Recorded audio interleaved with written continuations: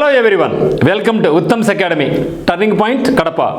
మనకు AP police constables నుంచి ఒక అప్డేట్ అయితే రావడం జరిగింది హోమ్ మినిస్టర్ గారి నుంచి. మరి ఈ యొక్క ప్రకటన అయితే మాత్రం చాలా తీవ్ర నిరాశాజనకంగా ఉన్నటువంటి స్టేట్మెంట్ అనమాట. ఏమొచ్చిందంటే మరో 5 లేదా 6 నెలల్లో PMT PET physical measurement test, physical efficiency test పరీక్షలు పూర్తి చేస్తాం అని హోమ్ మినిస్టర్ గారు ప్రకటించారు. ఇదైతే మాత్రం చాలా ఇబ్బందికరమైన ప్రకటన. ఎందుకంటే ఎలక్షన్స్ రిజల్ట్ వచ్చిన వెంటనే మేము 20,000 పోస్టులు ఫిలప్ చేయబోతున్నాం. త్వరలోనే ఏమైతే అడ్డంకులు ఉన్నాయో కోర్టులో అవన్నీ కూడా క్లియర్ చేసి 20,000 పోస్టులకు మేము నియమించబోతున్నాం కొత్తగా అని చెప్పడం జరిగింది. ఆ తర్వాత ఎన్నెన్నో ప్రకటనలు. ఫస్ట్ పిల్లలందరూ కూడా, ఈ యొక్క అభ్యర్థులందరూ కూడా చాలా హుషారుగా ఉన్నారు. రాను క్రమేణా ఇప్పుడు హోమ్ మినిస్టర్ గారి స్టేట్మెంట్ అంటేనే పక్కన పెట్టేశారా బాబు, ఎందుకు ఊరికి అయ్యేది లేదు పాది లేదు అనుకుంటున్నారు. సో అదే కోవలో జస్ట్ ఒక 1 మంత్ ముందు కూడా చెప్పడం జరిగింది, మరో 1 వారంలో కోర్టు తీర్పులు అన్నీ అధిగమిస్తున్నాం, ఏమైతే ఉన్నాయో అడ్డంకులు అవన్నీ కూడా క్లియర్ చేసి మీకు త్వరలోనే పిఎంటి పిఈడి పరీక్షలు పెట్టి ఈ యొక్క ప్రాసెస్ కంప్లీట్ చేసి మెయిన్ ఎగ్జామినేషన్ పెట్టి ఈ యొక్క 6,100 పోస్టులు ఫిలప్ చేసి 20,000 ఉద్యోగాలకు మీకు నోటిఫికేషన్ ఇవ్వబోతున్నాం అని చెప్తే ఈ యొక్క పోలీసుకు ప్రిపేర్ అభ్యర్థులందరూ కూడా చాలా ఎగిరి గంతేసినారు. 1 వీక్ అన్నారు, 1 మంత్ అయిపోయింది. కానీ ఇప్పుడు మరో ప్రకటన ఏమంటే లేదు, ఇది కుదరడం లేదు, మరో 5-6 నెలలు పడుతుంది అన్నారు.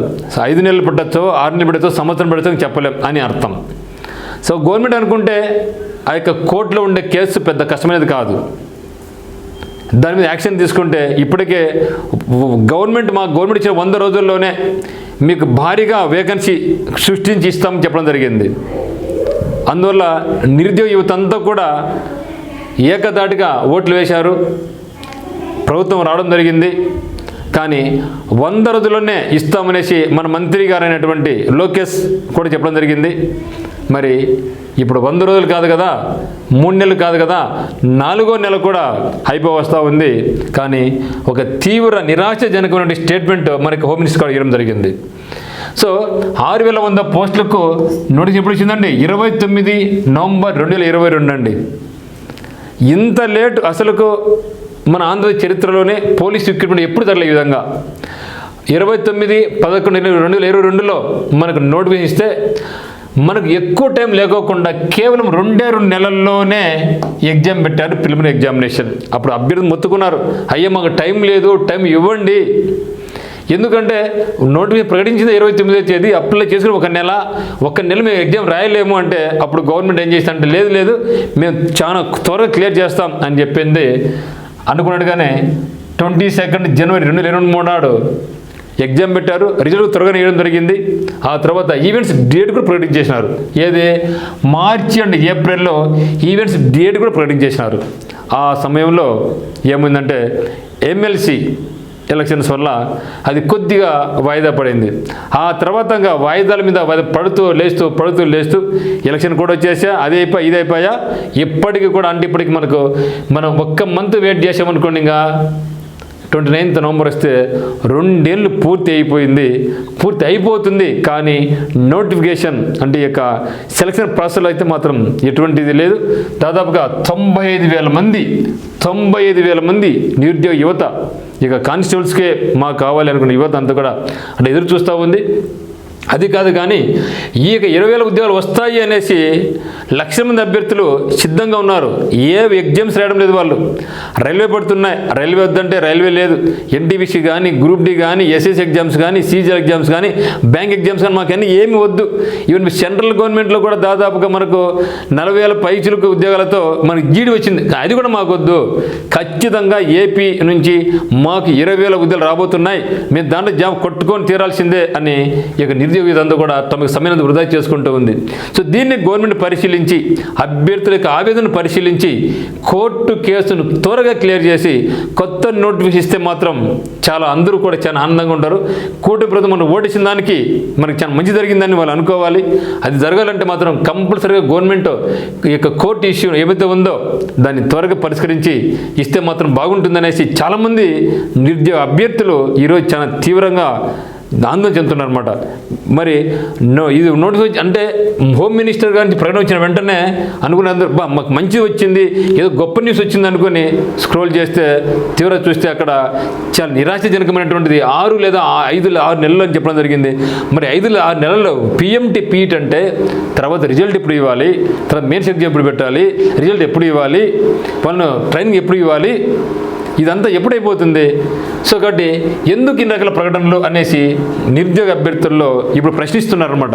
ఇప్పటికీ మేము 2 ఏళ్ల నుంచి మేము ఏ పోటీ పరీక్ష రాయకోకుండా అనవసరంగా ఎంతో డబ్బులు వృధా చేసుకుని కోచింగ్ సెంటర్లో ఉండి హాస్టల్ రూమ్లో ఉండి ఎగ్జామ్స్ రాస్తూ పోతున్నాం, ఎన్ని రోజులు మేము చేయాలి అనేసి అభ్యర్థులందరూ కూడా ఆందోళన ఉన్నారు. తీవ్ర గందరగోళ పడుతున్నారు. ఇప్పుడు ఇంకా కొత్తగా వచ్చే వాళ్ళకు ఇప్పటికి 2 నెలలు అయిపోయింది. ఈ ప్రాసెస్ అంతా కంపెనీ ఇంకో 1 ఇయర్ పడుతుంది. మళ్ళీ గవర్నమెంట్ తర్వాత ఇస్తుందా అంటే ఇప్పుడు 3 ఏళ్ళు అయిపోయాయి. ఈ 3 సంవత్సరాల్లో ఎంతమంది నిరుద్యోగులు బయటకు వచ్చింది, వాళ్ళకి ఏజ్ అయిపోయింది, వాళ్ళ పరిస్థితి ఏంది? సో ఏమి చేయాలో అర్థం కాని పరిస్థితి అనమాట ఇప్పుడు.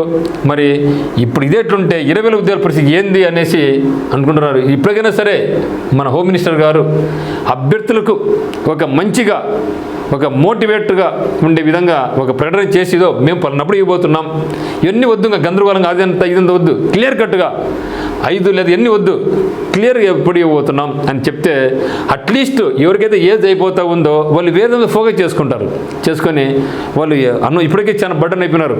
పేరెంట్స్కి అయితేనేమి వాళ్ళే ఒక నిరాశలు ఉన్నారన్నమాట. ఎప్పుడు చదవాలి, ఏం చదవాలి అర్థం కాని పరిస్థితి అనమాట.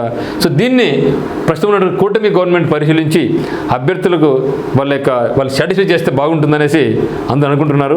మరి చూద్దాం ఏం జరుగుతుంది మిత్రులారా. మీరైతే మాత్రం డిసప్పాయింట్ కావద్దు. నేను మిమ్మల్ని కోరేది ఏమంటే ఓన్లీ ఈ యొక్క కానిస్టేబుల్స్ ఉద్యోగాలు నమ్ముకోకుండా, ఎందుకంటే ఇది ఇప్పుడయ్యే ఈ కోర్టు కేసులు ఇప్పుడే పరిష్కరించే పరిస్థితి ఏం కనపడలేదు. అప్పుడు ఆ గవర్నమెంట్ అట్లా చేసింది, ఇప్పుడు ఈ గవర్నమెంట్ ఇట్లా చేస్తూ ఉంది. ఎవరైనా సరే మనతో ఆడుకునే వాళ్ళే, తప్పితే మనకు న్యాయం చేయాలి, వీళ్ళకు పూర్తిగా ఏదో చేయాలనేది వాళ్ళతో ఎవరైతే ఆలోచించడం లేదు అని దీన్ని బట్టి మనకు బాగా క్లియర్ కట్ అర్థమైపోయింది అనమాట. కాబట్టి మనం కూడా ఏం చేయాలంటే ఈ యొక్క రంగంలో, ఎందుకంటే మీరు కానిస్టేబుల్స్ ప్రిపేర్ అయినారంటే నేను చెప్తా ఈ యొక్క 95,000 మంది కూడా మీరు very strong in arithmetic, very strong in reasoning, very strong in GS also, very strong in English also.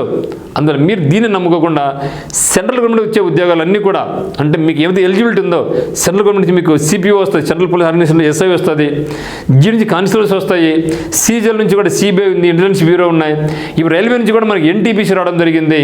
Apply చేయండి. నేను కొందరు అడిగాను, అయ్యా ఇటు ఎన్టీపీసీ పడింది కదా అప్లై చేయండి, ఎక్కడ సార్ మీ దీనికి ప్రిపేర్, మాకు మా కాకి డ్రెస్సే కావాలా అని ఉన్నారు.